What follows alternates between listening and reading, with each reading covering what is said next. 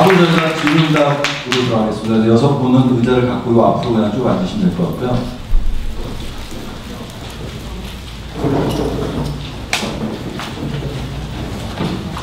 마이크를 드려야 될까요? 질문하실 때 그냥 큰 소리로 이렇게 질문해 주시면 될 것 같아요.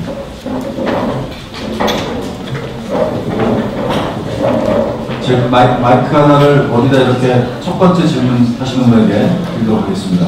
자, 질문은 프로에서 연사한테 하실 수도 있고요. 여기 이렇게 계신 분들 중에서 궁금한 거를 직접 물어보셔도 될 것 같습니다. 자, 그러면 먼저 질문 있으신 분은 손을 이렇게 넣어주시죠. 안 계시더라고요. 그래서 제가 첫 번째 질문하는 분에게 인문학으로 읽는 건축이야기 책을 선물로 드리도록 하겠습니다. 네, 바로 역시. 네. 마이크 필요하세요? 앞으로 나오셔서 진짜 뭐 어디 계신 누구신지 좀 말씀해 주세요. 제가 평소에 되게 막 잘된 디자인이라고 멋있어가지고 중요한 디자인이 직접 만드신 건지 몰랐는데 죄송해요. 한번 하고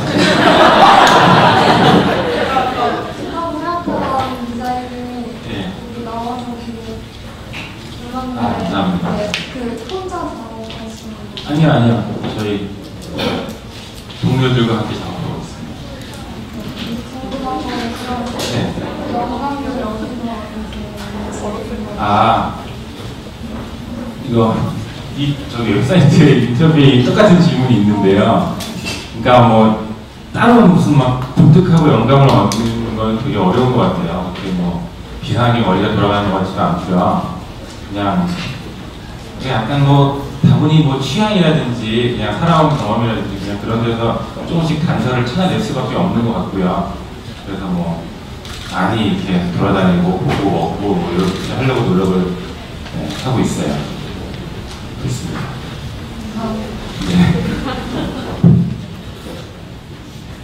이분 가장 자기한테 질문이 문학이 무엇입니까? 이렇게 물어보는 거죠. 어떻게 얘기해도 답답합니다. 좋은 질문이었습니다. 두 번째 질문. 네. 네. 본인 소개도 좀 해주시고 어느 분한테 질문하실지 말씀해주세요. 플레이토 이라고 있었는데요. 그 마지막에 발표해 주신 제로레 디자인이라는 게 있는데 이제 물건 훔치거나 돈을 불법적으로 취득하거나 아니면 성희롱을 하거나 이렇게 사회적으로 흉년되는 윤리를 아까 도덕이나 윤리를 이렇게 행하는 거라고 생각하고 나쁜 짓을 직접 행하는 거라고 생각을 했는데 결국에는 성희롱에서는 그거를 실험을 하지 않았잖아요. 근데 그거 자체는 어떤 윤리까지는 되고 어떤 윤리까지는 되지 않고 스스로 정한 것 같거든요. 근데 작업을 봤을 때 오히려 그 윤리만을 아예 없애는 게 더 작업이 완쾌하지 않았을까라는 생각을 해요. 의식으로 작업하고 신날 위해서 이런 것도 실행을 했었어야 되지 않나 했었으면 어떨까라는 생각을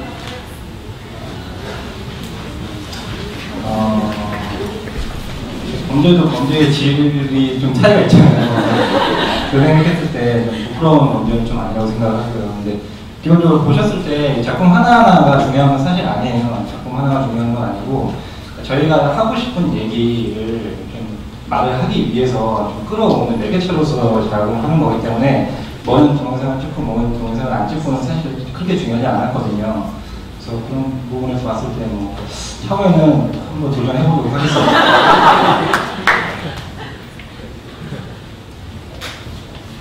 또 질문 있어요?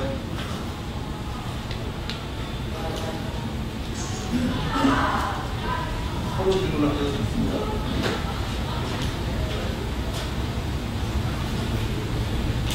네. 윤재민 선생님한테 멋있습니다. 하나 궁금한 거는요. 원래 일을 시작하실 때 이용한 작업들을 보여주셨잖아요. 그러다가 나중에 작업하신 거는 굉장히 스튜디오에서 죄송합니다. 재능실이라고 합니다. 나중에 그 스튜디오에서 되게 하시는 작업 같은 거를 하시게 됐잖아요. 네. 그게 쉽지 않았을 것 같고 어떻게 그렇게 되셨는지. 글쎄 어떻게 이렇게 됐을까요?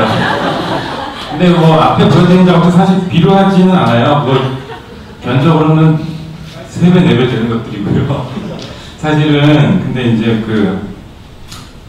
사실은 그냥 모르겠어요. 그러니까 제가 잘할 수 있는 작업들이 아니었던 거라고 생각을 했던 것 같아요. 그리고 되게 트렌드에 발빠르게 쫓아가야 되고 또 굉장히 규모의 논리에 의해서 좀 그러니까 뭔가 디자인보다는 비즈니스에 가까운 성격의 업무들이었던 것 같아요. 그래서 조금 작은 마음이 생겨서 자신이 없어졌던 거고요.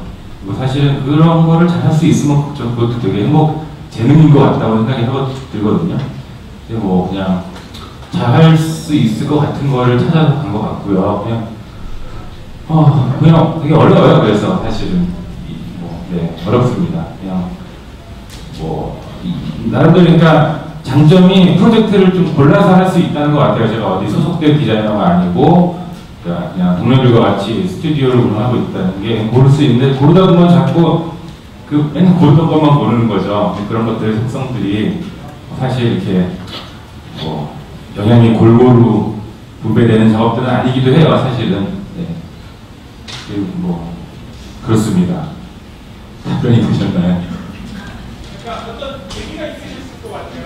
계기는 그런 어떤 일상성에 주목하게 되면서 네. 너무 그런 거 말고요. 네.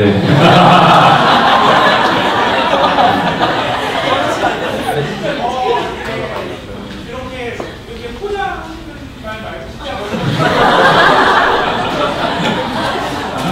포장하는 건 아니고요.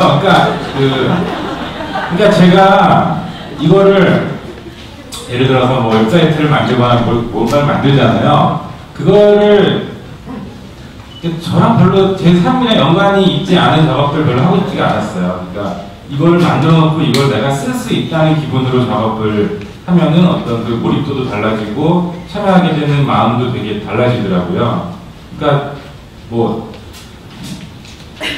에이랜드 같은 거는 제가 쇼핑하려고 만든 거거든요, 저희가. 그러니까 그런 것들도 있고, 그러니까 조금 이걸 약간 좀 궁리를 많이 하게 되는 거죠. 근데 아무래도 조금 예전에 만들었던 증권사 사이트를 전 주식도 안 하고, 좀 모르는 거예요. 그러니까 약간 모르는 사람이 디자인을 한다는 거죠. 그게 좀 마음적으로도 부담스럽기도 하고, 재미가 없기도 하고, 좀 찔리기도 하고, 여러 가지 그런 부분들에서 좀 해결을 하고 싶었던 것 같습니다. 네. 네. 아이오와대학에서 쓰고 있는 지정하고 건축연합 20개 질문을 건축연합하고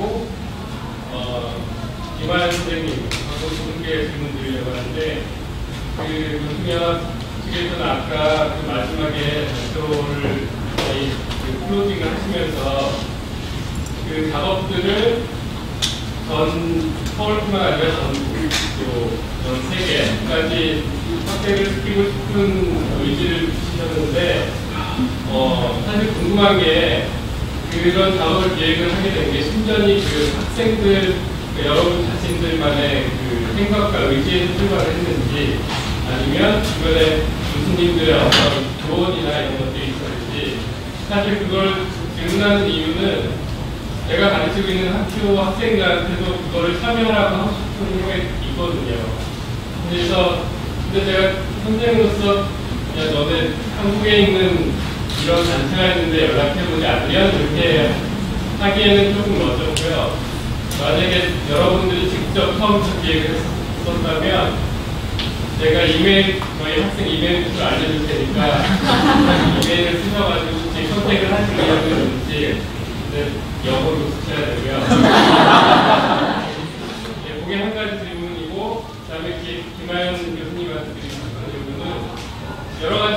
인상 깊게 많이 있거든요. 근데 바퍼 같은 경우는 그 작업이 그 주변에 물론 실제 페인팅을 했지만 주된 작업은 밑에 그 틴트를 하는 작업들이었잖아요. 근데 그 최일구 목사님이 구체적으로 어떤 그 요구사항으로 제시를 하셨는지 모르겠지만, 그러니까 그 패턴으로 만약에 붙였을 때 그 반응이나 아니면 실제 사용하시는 분들은 그걸 어떻게 느끼셨는지가 좀 궁금하고요. 약간은 좀 아쉬운 면이 사실 솔직히 있거든요. 이게 어떤 식으로든 조금 더 구체적으로, 입체적으로 드러나서 조금 더 거기 그 사용하시는 분들한테 영향을 미칠 수 있지 않을까 하는 아쉬움이 있어서 질문드리는 거고, 그 다음에 건축과 교수님들은 우리나라에서는 아직 그 실무를 검증하는 거에 대해서는 조금 그 제도적으로 어려운 부분들이 있거든요. 근데 교수님께서 작업을 하실 때는 학교의 어떤 연구소의 그런 가격으로서 일을 하시는지 아니면 개인적으로 프로젝트를 하시는지 궁금합니다.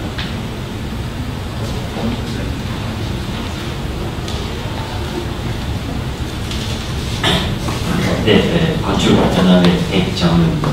이제 뭐 저희의 출발에 있어서 어떻게 출발을 했느냐에 대한 질문이신 것 같은데, 저희 같은 경우에는 이제 약간 교수님들이나 외부에서 추천을 해서 한 게 아니고요. 저희끼리 그런 공감대가 있다가 우연치 않은 이제 술자리에서 한번 해볼까 하다가 이제 시작이 된 게 솔직히 이제 발전이 되었던 거고, 이제 그 발전 과정 속에서 물론 저희끼리 하다 보면은 되게 힘든 과정이 많아서 이제 동문 선배님이나 교수님들께 찾아뵈면서 많이 조언을 얻은 건 사실입니다. 그래서 이렇게 처음 출발에서는 비록 저희끼리 시작을 하였고 학생들끼리 많이 생각을 모았지만 많이 도움을 받았고요. 그리고 만약에 뭐 연락을 주신다면 당연히 연락드려서 세계적인 페스티벌을 만들도록 하겠습니다.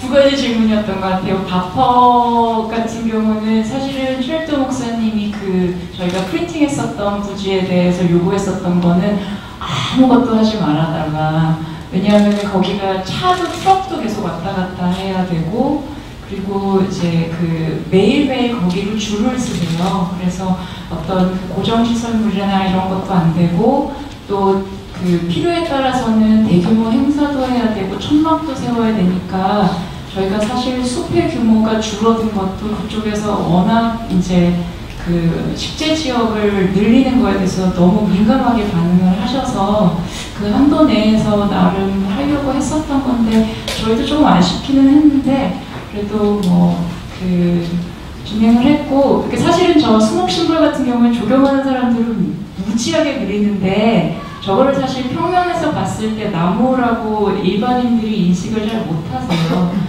그래서 이게 사실 준공된 지가 얼마 안 돼서 실제로 어떻게 느끼시는지 직접 거기 배식 받으러 오시는 분하고 얘기는 못 나눠봤지만, 저희는 사실은 그것보다는 며칠 동안 가서 작업을 하면서 그분들이 되게 궁금해하세요. 뭐야, 왜 그려? 그런 과정에서 그분들이랑 대화를 시작했다는 게 굉장히 더 즐거운 경험이었고요. 두 번째 질문 굉장히 민감한데 굉장히 힘듭니다. 사실은 저는 학교에 저희 학생들이 정말 돈 안 되는 프로젝트 많이 도와줘서 학교에서 합법적으로 할 수 있는 한도 내에서 하는 일들도 있고요. 그 다음에 나머지는 파트너 회사가 있기 때문에 그 회사에서 주로 하고, 저는 뭔가 이 파트너십을 통해서 하는 것도 있고요. 아주 이기적인 이유로 개인 작업하는 것도 있고 적당합니다. 네. 네. 네, 연세대학교 건축학과의 김윤성이라고 합니다. 제본에 두 분께 질문드리겠는데요. 지금 제시해주신 여러 가지 디자인들이 제가 강렬하고 그냥 재밌다고 느끼는 거는 디자인들이 어떤 못된 생각에서 은유를 통해서 어떤 디자인이 은유를 통해서 발현된 게 아니고, 못된 생각이 직접적으로 바로 못된 디자인으로 갔기 때문에 강렬하고 재밌다고 보인다고 생각을 하는데요. 그 디자인들이 제가 느끼기에는 재밌다고 생각하는 데서 저는 1차적으로 느끼는데, 2차적으로 그 디자인들의 결론적인 목적이 무엇이었는가, 디자인 디자인의 의도가 무엇인가를 지금 지나치게 이해를 못하는 것 같습니다. 그러니까 어떤 생각에 이렇게 도출하는 방법이 반드시 이게 좋은 생각에서 나올 필요는 없고 나쁜 생각을 통해서도 이렇게 나올 수 있다. 이런 것이 의도인지 아니면 그 못된 디자인들이 이렇게 각각 하나하나의 아이디어로서 의미가 없다가 이런 모여있는 콜라보레이션을 통해서 어떤 그 결론의 집합체들이 우리에게 의미하는 것이 있다는 걸 얘기하고 싶으신 것인지 그런 그 전체적인 디자인 의도가 무엇인지 그걸 좀 대답해 주셨으면 좋겠습니다. 네. 아까 질문에도 답변을 드렸지만은 사실은 어떻게 보면 여기 있는 디자인들 하나하나는 저희는 전시를 했으니까 중요할 수도 있겠지만 사실 그 자체는 중요하다고 생각하지 않았고요.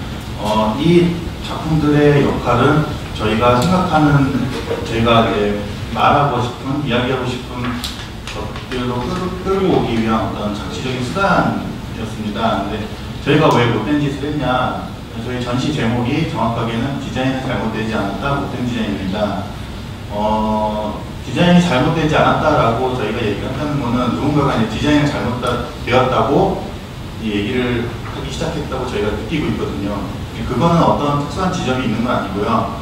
저희도 디자인을 뭐 몇 년간 쭉 하면서 몸으로 이제 느껴지는 어떤 무언의 사회적인 요구, 압박감들에서 이제 시작이 된 겁니다.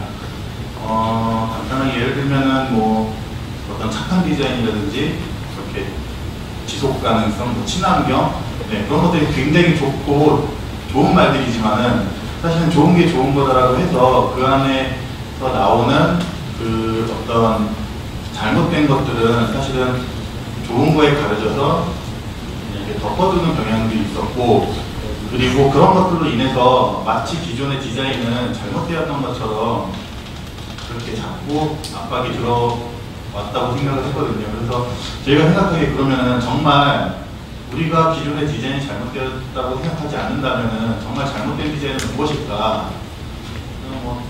그냥 단순히 좀 잘 못하고 그런 디자인이 아니고 우리가 정말 못된 디자인을 보여주면서 기존의 디자인은 잘못되지 않았고, 네, 그러면서 이제 뭐 두 가지 얘기예요. 기존의 디자인은 잘못되지 않았다는 얘기와 나머지 하나는 어떤 착하고 좋은 것들, 뭐 아름다운 얘기지만은 그 안에서 일어나는 나쁜 것들에 대한 비판의식을 가져야 되지 않나라는 전체적인 이야기입니다. 네. 연세대학교에 건축학 공부한 정우승이나 건축관님한테 좀 여쭤보고 싶은데요. 좀 크게 말씀해 주세요.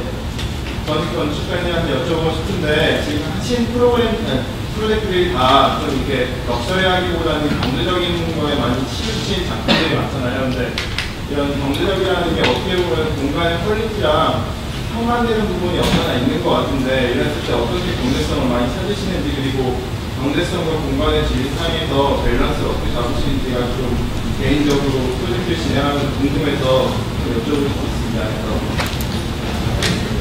그 경제적인 부분이 공간의 퀄리티를 희생하는 부분이 있다고 생각하지 않아요. 오히려 건축하시는 분들끼리 많이 하시는 말씀 중에 하나가 좋은 건축주를 만나면 좋은 건축물이 생길 수 있는 확률이 굉장히 높잖아요. 근데 또 두 가지 더 좋은 컨디션이 있는데, 하나는 굉장히 스케줄이 바쁜 건축주를 만났을 때 건축가가 엄청난 자유를 갖게 돼요. 왜냐면 빨리 지으셔야 되니까 엄청난 속도로 저희가 원하는 것들을 그분들에게 보여드리고 승인받고 그 다음에 지을 수 있는 단계가 들어가거든요. 굉장히 럭셔리하게 있으니까 꼭 그런 분들이 나타나시면 자신들의 게임을 하시고요. 그 다음에 두 번째는 예산이 굉장히 타이트한 것들이 오히려 더 좋은 아이디어를 줄 때가 있어요. 가장 어려운 건축이 어떤 거라고 생각하냐면 백지 위에 너무나 많은 자유를 가지고 있는 프로젝트들 있죠. 그게 정말 어렵고요. 한 예로 이제 잠깐 아까는 소개를 드리지 못한 것도 있고, 그다음에 또 보여드린 것 중에 이제 모바일 갤러리 같은 경우는 그 포장 인사 박스가 주 재료였어요. 원래는 그걸로 만들 계획이 아니었었고요. 알루미늄 그 복합 판넬이라든가 아니면 알루미늄 같은 이제 금속 재료로 굉장히 내구성 있게 만들어서 그걸 판매하고 싶거든요. 근데 판매를 하려고 하다 보니까 그게 막 돈이 너무너무 비싸게 올라가기 시작하는 거예요. 막 그 미국에서 만들려고 처음에 그 패브리케이터를 만났을 때 당시에 나왔던 견적이 1000만 원대에 육박했었어요. 누가 사겠어요? 그 모바일 갤러리라고 하는 것의 가장 큰 장점은 움직일 수 있어야 되고 또 경제적이어야 했었거든요. 그리고 가벼워야 되고 무게도 무겁고 돈도 너무나 무겁고 그러니까 전체적으로 다 쓸모가 없는 디자인이었던 거예요. 근데 한국에 돌아왔는데 택배 아저씨들이 들고 다니는 재료가 있더라고요. 너무 환상적이에요. 진짜 그날 우연히도 저랑 같이 작업하시는 장수장님과 저하고 동시에 그 재료를 발견했어요. 같은 날. 서로 전화를 하고 그거니까 한번 그 이름이 뭔지도 모르겠고 하여간 박스를 찾아봐라. 그렇게 해서 그 재료를 방산시장에 가서 사게 됐는데 한 장에 4,000원짜리 재료예요. 그게 한 패널을 만드는데 3겹이 들어가고 그게 4개를 레이아웃 하는 거거든요. 그러니까 되게 계산이 안 되는데 엄청나게 싼 가격에 한 판을 만들 수 있으니까 당연히 1000만 원짜리가 아닌 모바일 갤러리가 생긴 거죠. 그러니까 그게 그 프로젝트의 큰 매력이었던 것 같고요. 공간의 중첩성이라든가 공간에 그 폴딩이 되어야 된다는 사실 자체는 전혀 희생시키지 않았던 것 같고요. 오히려 그것이 갖고 있는 반투명한 재료의 느낌이 저희가 기대하지 못했던 것 이상으로 나왔던 것 같아서 경제적이기 때문에 공간의 질을 희생시킨다라는 거는 말이 안 되는 것 같고요. 사실 지금 그 건축연합 지금 8개 학교, 그런 한 학교가 아마 기말 중간 때는 못하지 않았을까 싶은 생각이 들었는데 그 7개 학교 팀이 만들어내신 게 분명히 엄청난 저예산이었을 거라 생각이 들거든요. 근데 굉장히 재밌는 공간의 퀄리티들이 있었어요. 그래서 그거를 못 만든다, 비용 때문에 못 만든다 그런 거는 디자이너로서의 어떤 좀 사고의 방식에 너무 큰 제약을 갖고 있는 게 아닌가 라는 생각이 듭니다. 네, 질문 있으신가요? 서로 질문하셔도 좋습니다. 저는 제가 못된 디자인에 저 질문을 드리고 싶었는데 저는 개인적으로 30분 물건이 있었어요. 아까 그 버스 기억하는 걸 사고 싶다는 생각이 드는데 거기서 질문을 하나 드리고 싶은 게 보통 디자인이라고 하는 건 실용성이 굉장히 중요하잖아요. 디자인이라는 거는 구매자가 있으셔야지 되고 그리고 널리 알려져야 되는데 지금 롯데 디자인에서 보여주신 1년의 작품들은 전시 위주의 어떻게 보면 아트와 디자인의 경계가 되게 모호한 그런 상황이 아닌가 그런 생각이 들었었고요. 그걸 어떻게 생각하시는지 원래 그 의도를 갖고 계셨는지 또 하나는 그렇게 되면 프로덕션이 안 나온다는 건 경제적으로 아무래도 편하지 않다는 얘기거든요. 그런 거 어떻게 해결하시는지.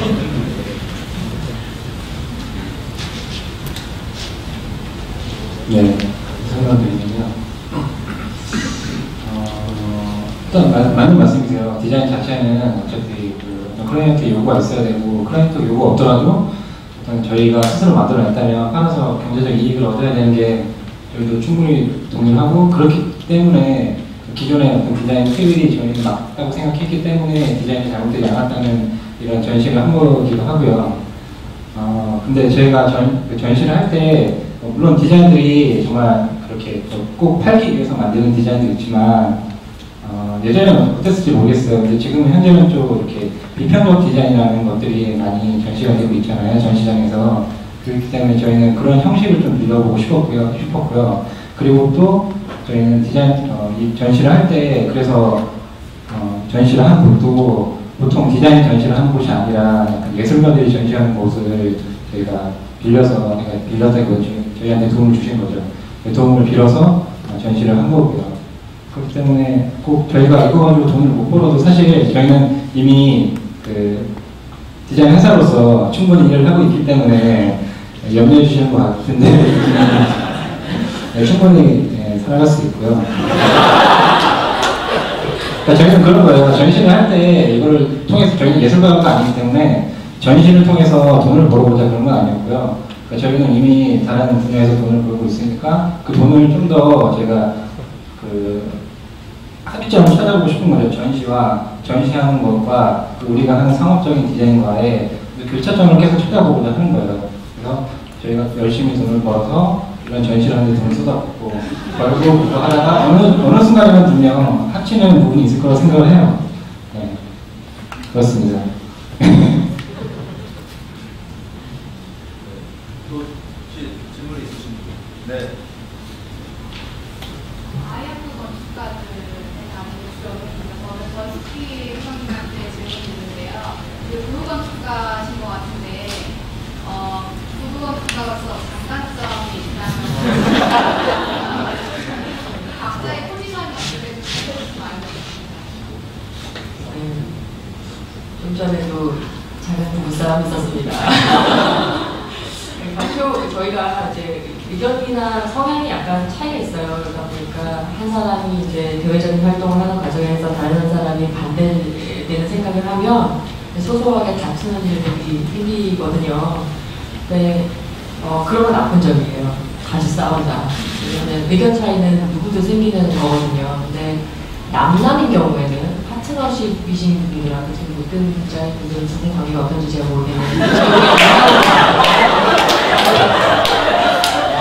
그러면은 저희보다 좀 덜 싸우실 것 같아요.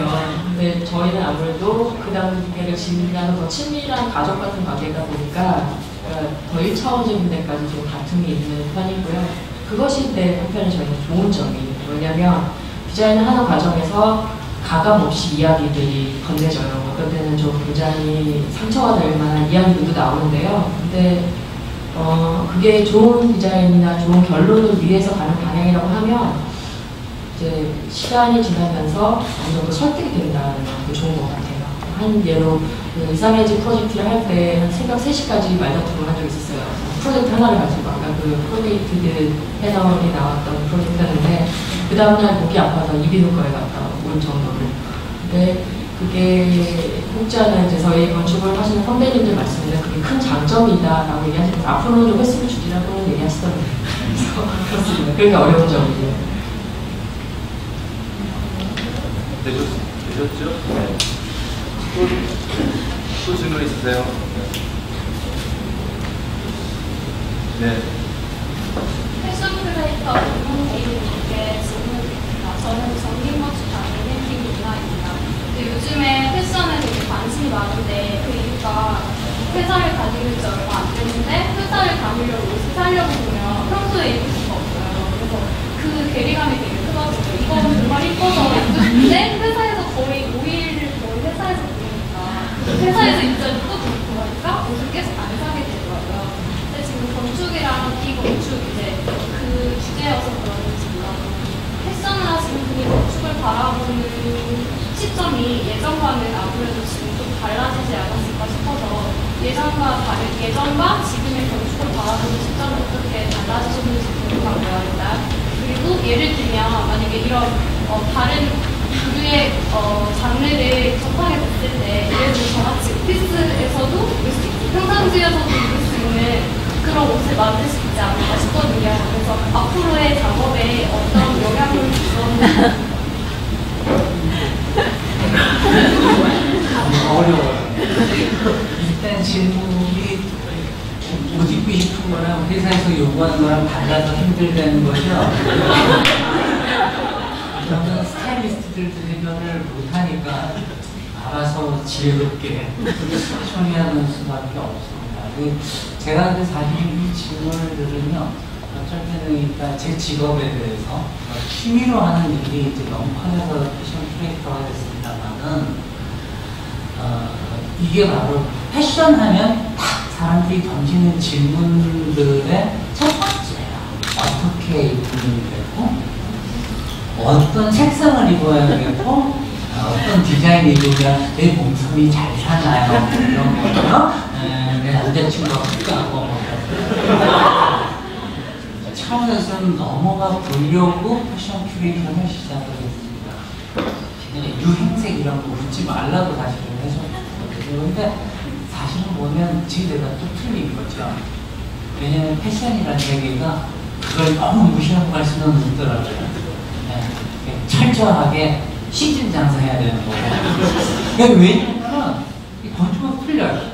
건축은요 참 어떤 게 아무래도 어떤 모 건축 기자분께서 한겨레 구모 기자님이라고 자기네게 패션이 한참하고 있거든요. 왜냐하면 건축은 일단 규모면에서 너무나 크다. 패션은 끼키야 사람 여행 하나 들어가는 거고 딱지나 만드는 것들이 라고 얘기를 하거든요. 근데 그게 지금 이미 패션에 대해서 갖고 있는 오해일 수도 있고 생각이라고 생각해요. 그렇기 때문에 저는 사실은 패션 전시를 할인했었던 것들은 대한민국은 굉장히 패션에 대한 사고가 협소한 나라입니다. 공항 패션이니 무슨 입거리니 뭐 하이시좀 상이시좀 이따위 표현들만 언론에서 이게 나돌죠. 그렇게 글 쓰는 저널리스트들도 문제고 인터넷 찌라시들도 문제고 그건 대한민국 3대 신문조차도 그렇게 했습니다. 근데 문제는 그러다 보니 저 옷이라고 하는 것이 도대체 사람을 어떻게 드러내는지 저 안에 나의 정서를 어떻게 담아야 하는지 이런 건 어디 가서 들어보지도 못하고 배우지도 못했던 것 같아요.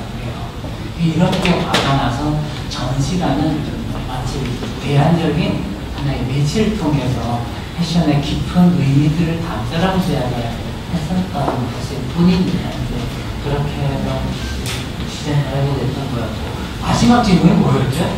말하다가 뭐 입술이라는 분야를 이제 예. 조금 공부를 하셨는데 네. 그거를 몰랐을 때와 지금 그거에 대해서 좀 인식을 하게 됐어요. 옛날에는 그냥 봤었던 똑같은 정보가 그럼요. 이런 변화가 어떻게 예, 그래서 사실은 저는 말씀드려서 어제 페이스북에도 썼는데 여기는 다 전출하시는 학생들도 많고 제가 그쪽에 대해서 월등히 많이 아시는 거예요. 전 두 개 분야에 학위가 없어요. 그냥 정말 그냥 공부했어요.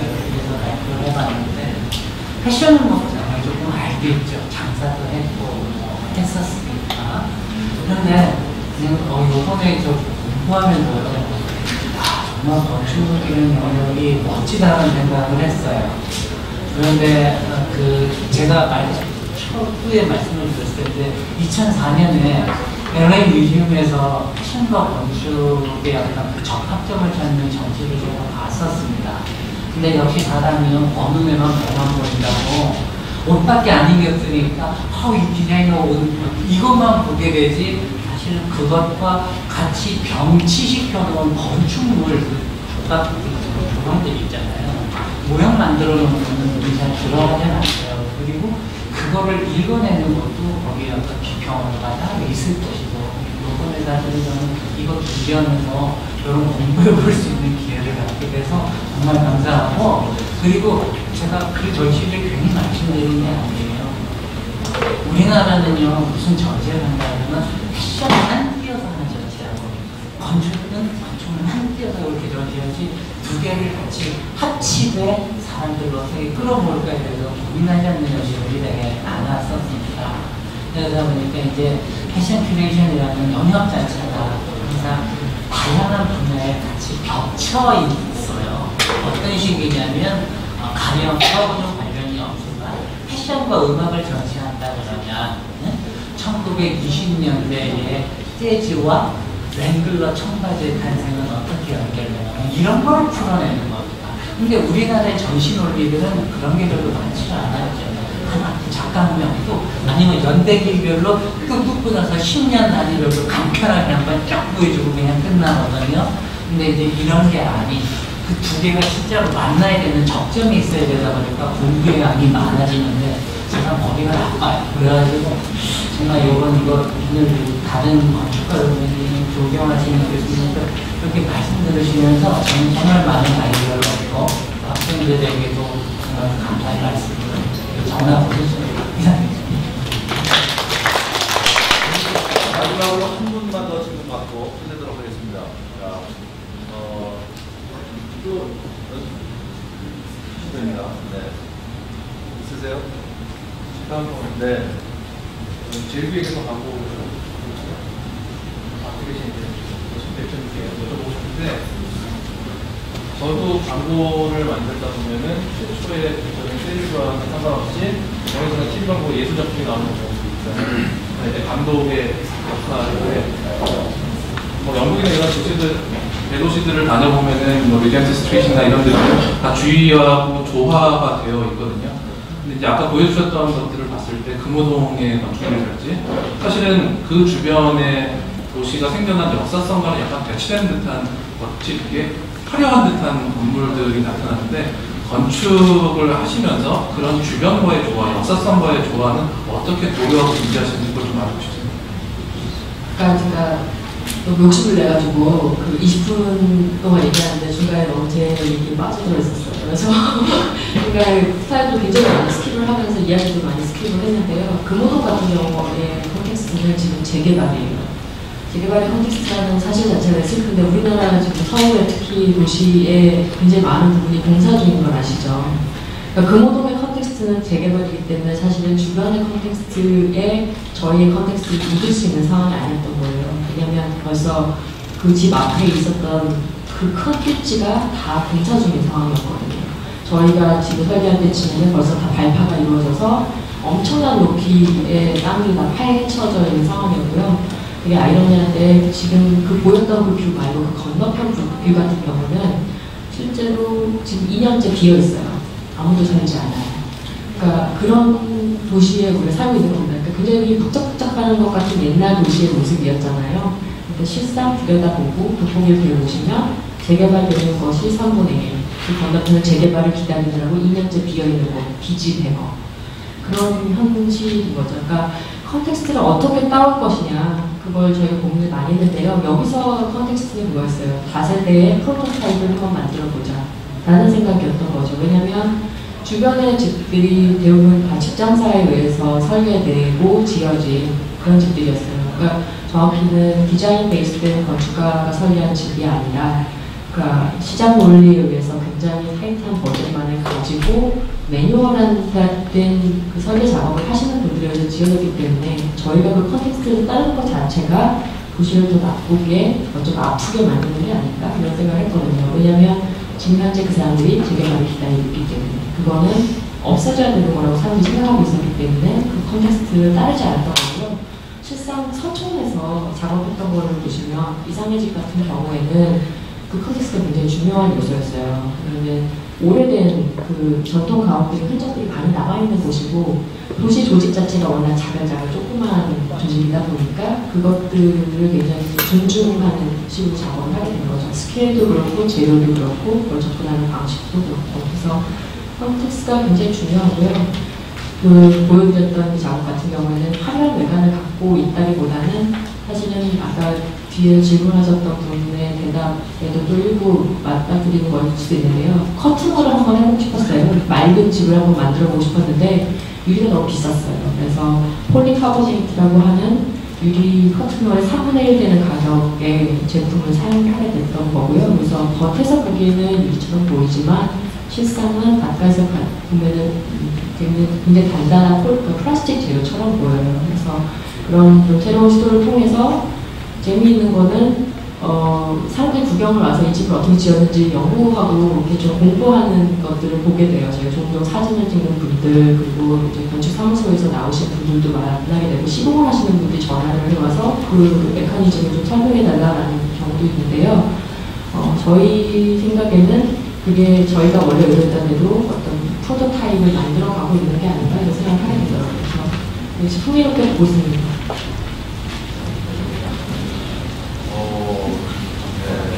두 분 지금 초를 드셨는데 두 분 질문 간단하게 받고 정말 끝내도록 하겠습니다.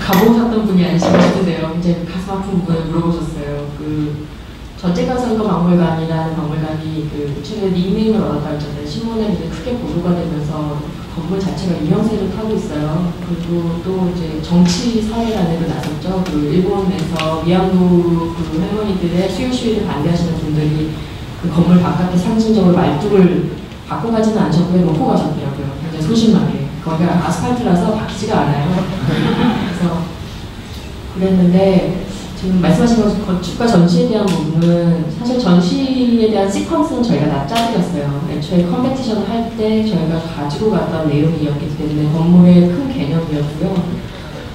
근데 불행히도 건축의 소프트웨어적인 부분을 풀 때는 건축가가 크게 배제가 됐었어요. 그래서 굉장히 불행한 상황인데 아무래도 이제 건축주께서 시민운동을 오래 하셨던 분들이다 보니까 그 디자인적인 어떤 취향이 저희와는 조금 차이가 있으시더라고요. 그래서 실제로는 불행히도 전시는 인테리어 업자들께서 들어와서 하셔서요. 가면은 보시겠지만 그 굉장히 패널 위주의 전시가 이루어져 있는 상태여서 저희가 사진을 찍을 때도 그렇고 다큐멘테이션을 하는 과정에서도 전시실을 굉장히 많이 크게 포기해야 되는 상황이 됐었고 기존에 가지고 있던 전시실이 갖고 있던 자연스러운 창 4개가 있었는데 그 중에 3개가 막혀있는 상태라서 원래 전시실에 가지고 들어오려고 했던 자연채광 같은 것들이 많이 사라져 있는 상태죠. 그래서 그런 것은 좀 안타깝게 생각을 하고요. 그럼에도 불구하고 초반에 건축의 의도가 지켜졌느냐 이런 질문들을 많이 받았었는데 저희는 지켜졌다고 봐요. 왜냐하면 그 건물의 중요한 부분이 기업이나 추모하는 공간 끄트머리에 치유의 공간을 놓는 거였고 백성태 편집장님을 아까 원망하듯이 말씀드렸지만 실제로는 큰 도움이 되셨어요. 왜냐하면 그 이후에 펀드레이징이 그 건축주 그 시민단체 쪽으로 펀드레이징이 되어서요. 저희가 완공하기 2주 전에 그 펀드레이징이 완료가 됐어요. 그래서 실제로 거기다가 야생화를 심을 수 있게, 아주 어린 야생화들을 심을 수 있게 되었었고, 그 치유의 공간이 되었다는 게 저희가 가장 기쁘게 생각하는 부분이고요. 전시는 사실은 수명이 길지 않더라고요. 다행인 게. 왜냐면 MDF가 아까 연대에서 말씀하신 것처럼 물을 먹어요. 얼마나 다행스러운지 모르겠어요. 그래서 그 인테리어 쪽에서 하셨던 전시가 영원하지는 못할 거고요. 물을 빨리 먹었으면 좋겠고 그리고 기업엔 교체가 되시겠죠. 그때는 좀 더 좋은 플랫폼으로 바꾸실 수 있는 여건이 되실 거라 생각하는 게 지금은 이제 사람들이 관심을 많이 갖고 플랫폼도 좀 더 좋아지는 상황이라서요. 앞으로도 좋아질 거라 생각하고요. 그런 부분이 아쉬운데 많이 목소리를 내셨으면 좋겠어요. 다음에 건축을 계속 하시게 되시는 분들이 대부분 계실 텐데 그런 거에 대한 것들 목소리 내시고 적극적으로 대응을 하셨으면 좋겠다는 생각이 들어요. 네, 마지막 질문. 네. 저는 건축 전공을 하고 지금 놀고 있는 이거입니다. 네, 요즘에 건축 지금 놀고 있는 상황에서 어떻게 하면 건축을 놀 수 있을까라고 고민하고 있는데 지금 그 대학생 연합 친구로 분들이 사실 건축이 어떤 건축 놀이 한다라고 생각하는데요. 네, 그거를 하는 데 있어서 필요한 자문들이 필요한데 그런 자문들을 어떻게 마련했는지 그리고 그 집을 짓는데 어느 정도 비용이 들었는지 궁금합니다. 네, 답변 드리도록 하겠습니다.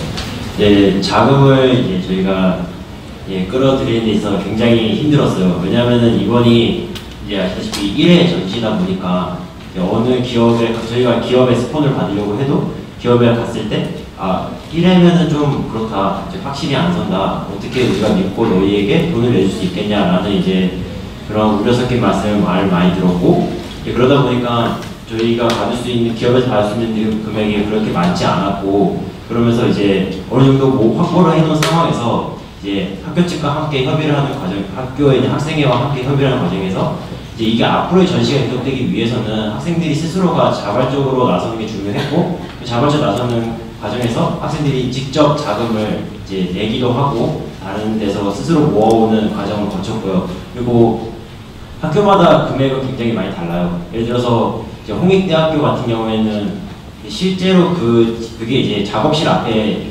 지어지고 다시 이제 지어지고 이제 집이 완성이 돼서 살게 되고 진짜 살집으로 만들어 놨거든요. 그러다 보니까 금액이 거의 800만 원, 500만 원 가까이 들었다고. 실제 이제 설비 넣으면 800만 원 들 것이다라고 이제 말을 하더라고요. 이제 그 정도 들었고 연대 같은 경우에는 이제 좀 약간 예산을 되게 많이 낮춰서 이제 200만 원 정도의 이제 200만 원이지만 정말 엄청난 퀄리티를 낼 수 있다는 것을 이제 보여주고 있습니다. 네, 마지막에 칭찬을 남겨야 될 것 같아요. 네, 답변 되셨나요? 네. 오늘 이렇게 발표해 주신 우리 덕분에게 다시 한번 큰 박수 부탁드립니다. 오늘 드디어 비가 내리기 시작했습니다. 그래서 여러분 즐거운 마음으로 비를 맞으면서 돌아가시기 바라고요. 저희 다음에 또 만나뵙길 기원하고요. 오늘 이렇게 와주신 여러분에게도 뜨거운 박수 보내드리겠습니다. 감사합니다.